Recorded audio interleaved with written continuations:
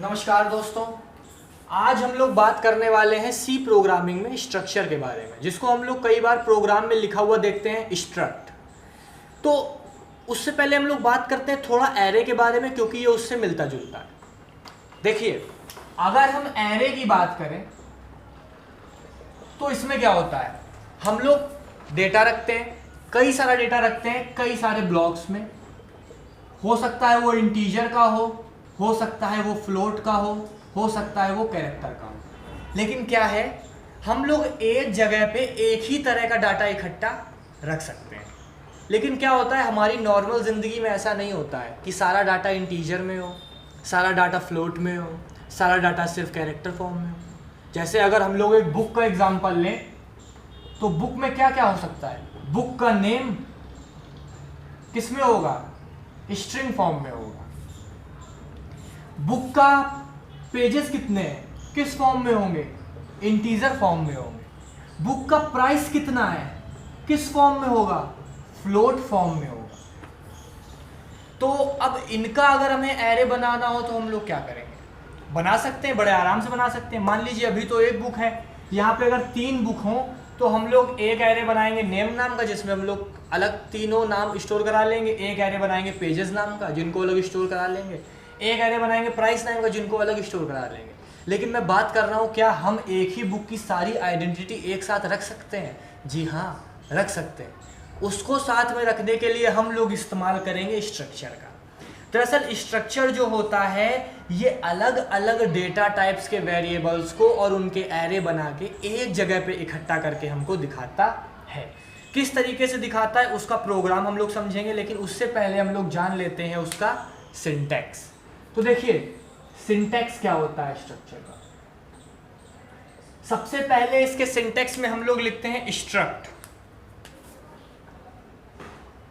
और उसके बाद स्ट्रक्चर वेरिएबल, स्ट्रक्चर नेम, मतलब हम किस नाम का स्ट्रक्चर जो है वो कराना चाहते हैं।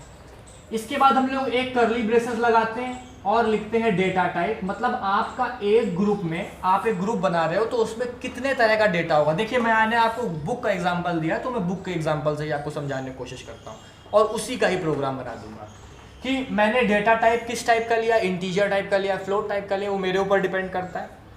उसके बाद वेरिएबल नेम, सेम ऐसे ही जितने डेटा टाइप हो हमारे उन सबको ले लेना है, वेरिएबल नेम्स को ले लेना है, और यहाँ पे ऐसे ही स्ट्रक्ट क्लोज हो जाएगा। ये सब मेन प्रोग्राम के अंदर हो रहा है। जब मैं आपको इसको पूरा इलाबोरेट करूंगा तो आप समझ जाएंगे। उसके बाद हमें यहाँ पे स्ट्रक्चर लिख के, स्ट्रक्चर नेम को लिख के उसके वेरिएबल्स को डिफाइन करना पड़ता है, मतलब कि जो हमने यहाँ पे किए थे। अब ये प्रोसेस किस तरीके से होगा मैं उसको देता हूँ, और मैं आपको बुक का ही एग्जांपल लूंगा, जिसमें सबसे पहले मैं मुझे 3 बुक हैं, उनके स्ट्रक्चर बनाने, 3 बुक्स हैं, जिसमें सबसे पहले मैं उस बुक का नेम स्टोर करूंगा। नेम में मैं उसका एक कैरेक्टर करूंगा ABC कोड टाइप का, क्योंकि फिर एरे का वो बहुत लंबा हो जाएगा, उसके लिए मैं अलग से वीडियो बनाऊंगा एक। मैं भी आपको एक इंट्रोडक्शन दे रहा हूँ स्ट्रक्चर का पूरा किस तरीके से होता है, उसके बेसिक से लेकर एडवांस तक का। तो एक मैं उसका पहले नेम लूंगा, दूसरे नंबर पे मैं उसका प्राइस ले लेता हूँ, और तीसरे नंबर पे मैं पेजेस ले लेता हूँ। तो देखिए कितने मजे की बात है, जो हमारा नेम होगा वो होगा स्ट्रिंग में, मतलब कैरेक्टर में, हमारा प्राइस होगा फ्लोट में, क्योंकि पॉइंट आ सकता है, डेसिमल वैल्यूज हो सकती हैं, पॉइंट 50 पैसे 60 पैसे, और पेजेस जो होंगे वो हमारे इंटीजर में होंगे। तो ये किस तरीके से प्रोग्राम बनेगा उसको समझते हैं। और सबसे पहले हम अपनी लाइब्रेरी फाइल्स इंक्लूड कर लेते हैं, #include stdio.h। इसके बाद हम लोग अपना मेन पोर्शन जो है उसको शुरू करेंगे, और अब हम लोग फॉलो करेंगे अपने इस सिंटैक्स को। मैंने बुक का बनाना है तो मैं सबसे पहले तो मैं स्ट्रक्ट लिखूंगा। देखिए आपके सामने की बात है, क्या लिखूंगा मैं, स्ट्रक्ट लिखूंगा। इसके बाद स्ट्रक्चर नेम, अगर मुझे बुक का बनाना है तो मैं स्ट्रक्चर नेम बुक ले लेता हूं, और इसके अंदर मुझे ये डिफाइन करना है कि मैं किन किन चीज़ों का ग्रुप चाहता हूँ। तो सबसे पहले मैं चाहता हूँ मेरा नेम हो, तो नेम का डेटा टाइप मेरा क्या होगा, कैरेक्टर टाइप का होगा, तो एक कैर नेम। दूसरे में क्या है, प्राइस है, तो प्राइस किस टाइप का होगा मेरा, फ्लोट प्राइस। तीसरा क्या है, पेजेस मेरा कैसा होगा, एंड। पेजेस, और यहाँ पे ये मेरा स्ट्रक्चर जो है बंद हो जाएगा। इसके बाद नीचे ही जो मैंने स्ट्रक्चर बनाया है इसको मैं डिफाइन करूँगा।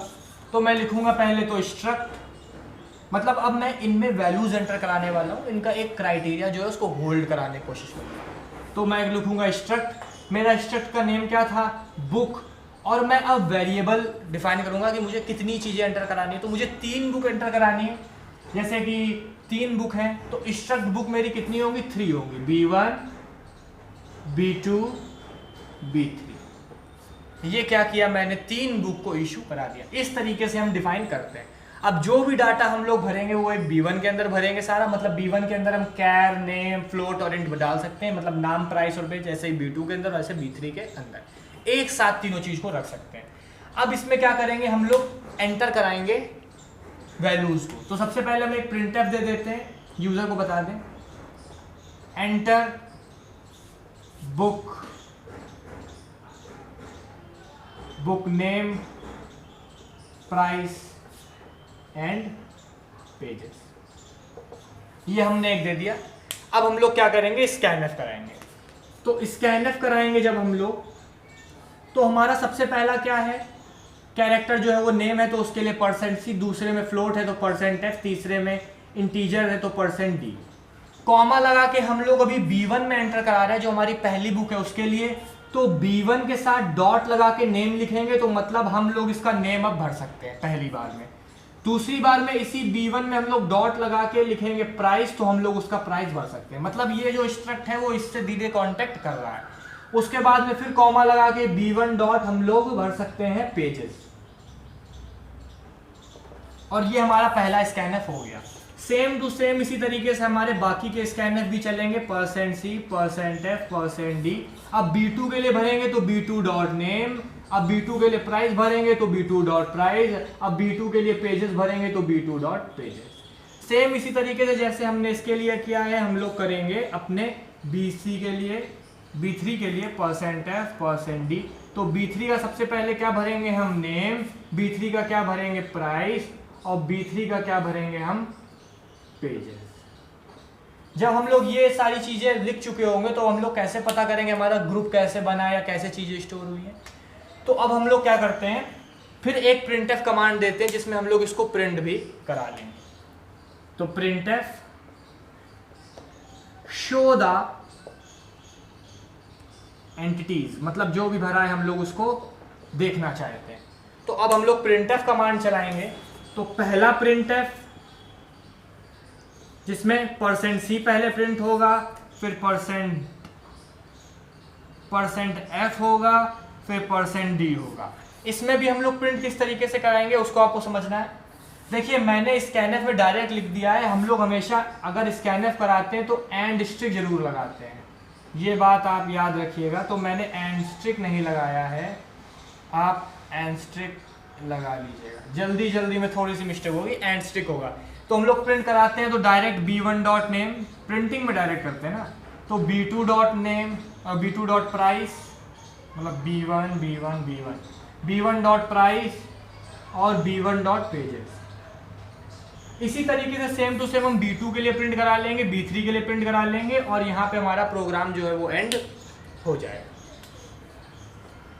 तो अब जो भी हम लोग यहाँ से वैल्यूज एंटर कराएंगे, तो सबसे पहले स्कैनफ में आएगा, वो पहली बुक का नाम मांगेगा, पहली बुक का प्राइस मांगेगा और पहली बुक का पेज मांगेगा। तो उसको आप लोग एंटर करा सकते हैं। तो जब आप एंटर कराएंगे तो आप पहली बुक का नेम एंटर करा रहे हैं, मान लीजिए A, और उसका जब आप प्राइस एंटर करा रहे हैं तो वो करा रहे हैं 350 रुपीज .60, और जब पेजेस एंटर करा रहे हैं तो 392। जब आप दूसरी बुक पे आए तो आप बुक एंटर करा रहे हैं Z, दूसरी बुक का प्राइस है 490.50 और पेजेस है 486। तीसरी बुक करा रहे हैं, नाम है K, प्राइस है 596.60 और पेजेस है 594। तो ये आपने क्या किया, स्पेसिफिकेशन डाले।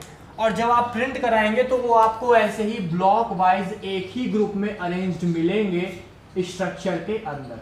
लेकिन अगर आप ये काम एरे में करते तो शायद आपको ये ग्रुप में ना मिलता। तो देखिए अलग अलग डेटा टाइप्स हैं लेकिन वो एक ही में शो है, जिसके लिए सबसे पहले हमने स्ट्रक्ट के अंदर अपने वेरिएबल्स को डिक्लेयर करा दिया है, बाद में वेरिएबल बना के उनके थ्रू उनमें जो वैल्यूज हैं उनको एंटर किया है स्पेस को एक्वायर करके। ग्रुप में एक साथ एक चीज की वैल्यू को रखा है, मतलब एक बुक है तो उसका सारा डाटा एक जगह। तो आपको मुझे लगता है आई होप ये समझ में आया होगा। तो प्लीज़ वीडियो को लाइक करिएगा। साथ ही साथ सी प्रोग्रामिंग प्लेलिस्ट की, सी प्रोग्रामिंग लैंग्वेज की मेरी पूरी प्लेलिस्ट बनी हुई है जिसमें मैंने पूरी सी प्रोग्रामिंग कवर की है, आप उसको जाके देख सकते हैं। तो हम लोग फिर मिलेंगे अगले वीडियो में, तब तक के लिए thank you, have a nice day. और चैनल को सब्सक्राइब कर दीजिएगा। मैं हूँ एकांत पाठक, आप देख रहे थे एकांत 360 यूट्यूब चैनल AKANT 360। तो फिर मिलेंगे अगले वीडियो में, तब तक के लिए इसको नोट डाउन कर लीजिए। Bye bye, take care.